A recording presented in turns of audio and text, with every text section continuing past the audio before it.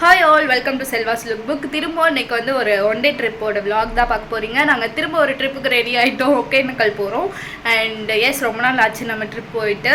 இது வந்து ஒரு ஒன் டே ட்ரிப் தான். எப்படி வந்து போகிறோம் என்ன அப்படிங்கிற டீட்டெயில்ஸ் எல்லாமே வந்து நான் விலாகில் ஷேர் பண்ணுறேன். அண்ட் இன்னைக்கு வந்து நாங்கள் ட்ரெயினில் போகல, பஸ் தான் புக் பண்ணியிருக்கோம். அண்ட் பஸ்ஸில் தான் போக போகிறோம். அண்ட் அங்கே போய் என்னெல்லாம் பண்ணுறோம் அப்படிங்கிறத எக்ஸ்ப்ளோர் பண்ணுறோம் அப்படிங்கிறது எல்லாத்தையுமே நான் விலாகில் காட்டுறேன். அண்ட் மறக்காமல் வீடியோ பார்க்குறதுக்கு முன்னாடி சப்ஸ்கிரைப் பண்ணிவிடுங்க. நான் ஆல்ரெடி சொன்ன மாதிரி நாங்கள் இன்றைக்கி வந்து ட்ரெயினில் போகல. யூஸ்வலாக ட்ரெயினில் தான் போவோம். இன்றைக்கி பஸ்ஸில் போனதுமே வந்து கொஞ்சம் சொதப்பிடுச்சு. ஏன்னு பார்த்தீங்கன்னா, நாங்கள் வந்து ஏசி பஸ்லாம் வந்து புக் பண்ணல. என்னோடய ஃபோனில் வீடியோ வந்து இப்படி தான் இருக்கும் நைட் டைமில் எடுத்தால், அதனால் கண்டுக்காதீங்க.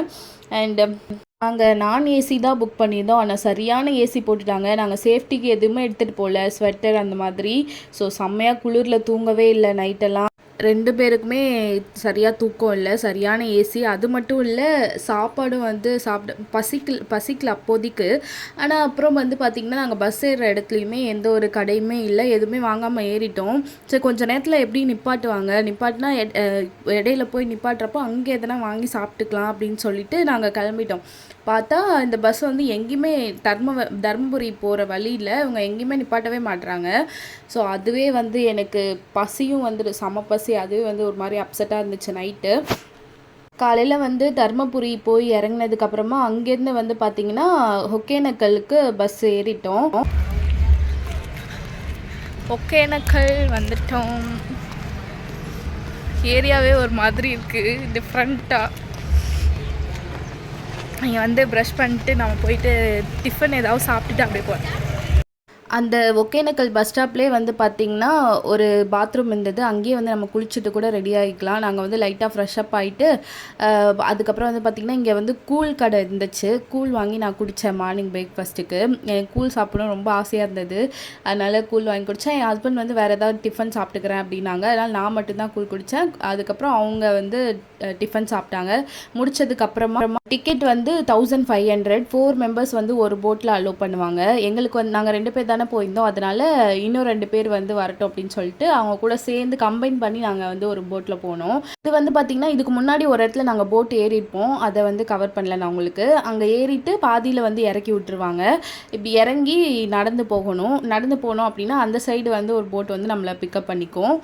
அங்கே போகிறதுக்கு முன்னாடி நியூஸில் பார்த்தா தண்ணி வந்து நிறைய வந்திருக்கு அந்த மாதிரி தான் சொல்லியிருந்தாங்க. ஆனால் அதுக்கப்புறம் நாங்கள் போகிறப்ப பார்த்தா தண்ணி கம்மியாக தான் இருந்தது.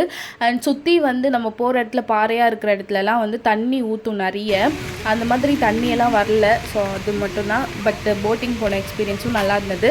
அப்படியே போட்டிங் போயிட்டு வந்தோன்னா இந்த இடத்துல வந்து எண்ணெய்லாம் ஆயில் மசாஜ்லாம் பண்ணி விடுவாங்க. இங்கே அதுதான் ஃபேமஸே. ஆயில் மசாஜ் பண்ணிவிட்டு அங்கே வந்து ஒரு சினி ஃபால்ஸ்ன்னு ஒன்று இருக்கும். அங்கே போயிட்டு வந்து நல்லா குளிக்கலாம். ஸோ அதுதான் வந்து இங்கே ரொம்ப ஃபேமஸான ஒரு விஷயம். ஆனால் நாங்கள் வந்து அந்த ஆயில் மசாஜ்லாம் பண்ணல, எதுக்கு தேவையில்லாமல் அப்படின்னு சொல்லிட்டு. பட் வந்து ஃபால்ஸ்லலாம் குளித்தோம். இதுதான் வந்து அந்த இடம்.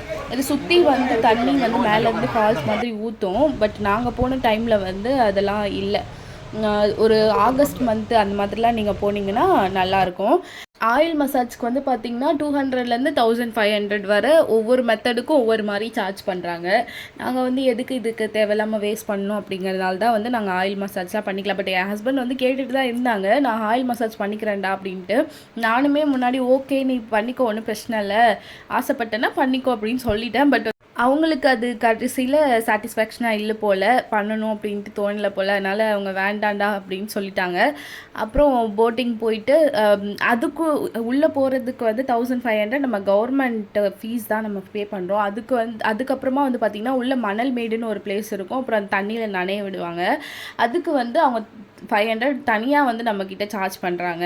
இதெல்லாம் பண்ணணும் அப்படின்னா அது தண்ணியில் நனைய விட்டுட்டு அப்புறமா நம்மளை அந்த மணல் மேடில் கொஞ்சம் நேரம் விட்டுட்டு ஒரு நம்ம எவ்வளோ நேரம் ஸ்பெண்ட் பண்ணுறோமோ அவ்வளோ நேரம் வந்து வெயிட் பண்ணி நம்மளை கூட்டிகிட்டு வருவாங்க. அதுக்கு வந்து தனியாக 500 வந்து நம்மக்கிட்டேருந்து சார்ஜ் பண்ணுறாங்க. ஃபஸ்ட்டு வந்து எங்கள் கூட இருந்த அந்த அங்கிள் அந்த ஆண்டி இல்லை வேண்டாம் அப்படின்னாங்க. அப்புறம் நாங்கள் போகலாம் அப்படின்னோம். இப்போது நாங்கள் எங்கே இருக்கோன்னா மணல் மேடு அப்படின்னு சொல்லிட்டு இறக்கி விட்ருக்காங்க. இதுக்கு வந்து எக்ஸ்ட்ரா வந்து ஒரு 500 கொடுக்கணுமாமா.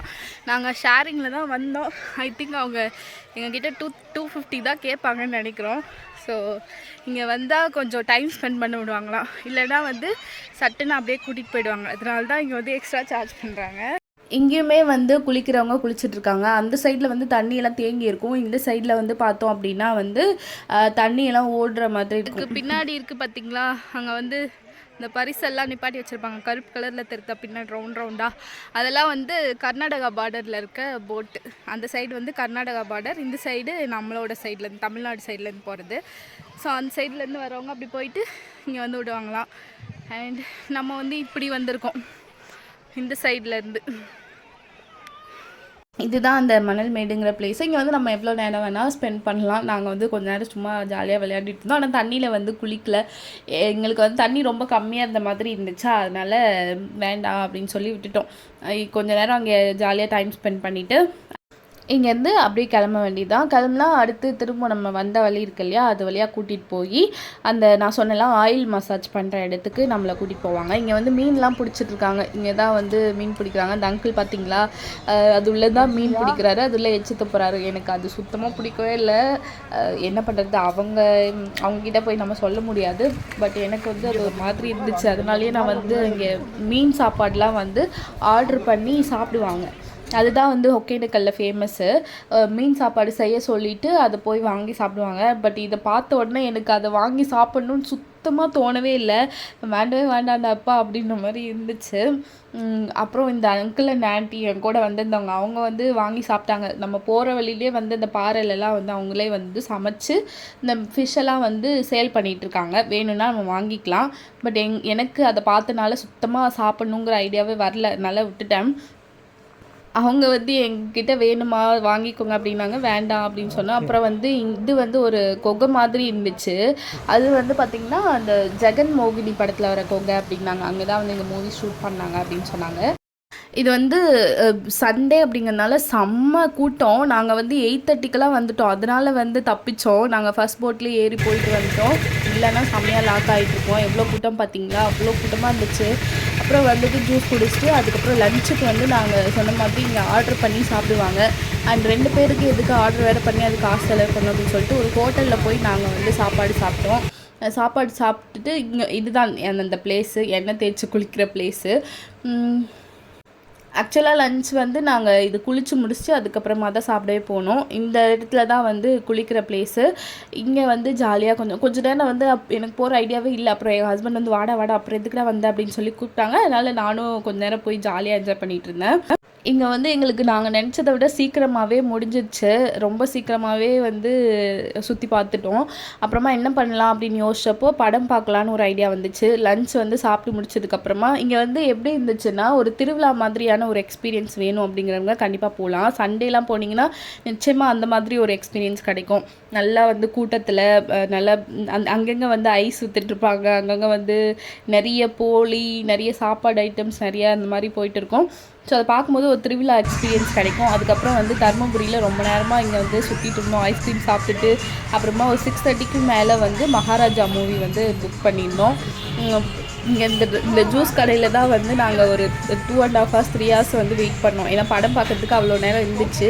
3:30 ஷோவில் எங்களுக்கு இடம் கிடைக்கல. இது வந்து தர்மபுரி.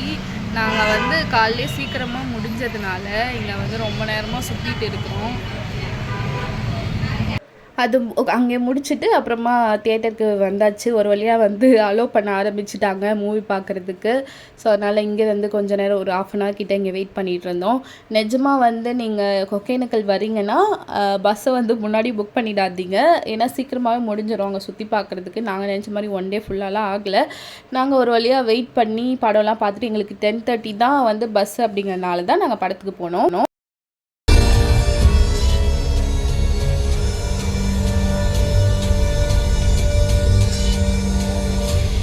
அண்ட் மகாராஜா மூவி ரொம்ப சூப்பராக இருந்துச்சு. விஜய் சேதுபதி செம்மையாக நடிச்சிருக்காரு. படம் பார்த்து முடிச்சதுக்கப்புறமா ஒரு ரோட்டு கடையில் எங்களை டின்னர் முடிச்சுட்டு அங்கேருந்து கிளம்பிட்டோம். அடுத்து ஒரு இன்ட்ரெஸ்டிங்கான விளாகில் உங்களை மீட் பண்ணுறேன். பாய்.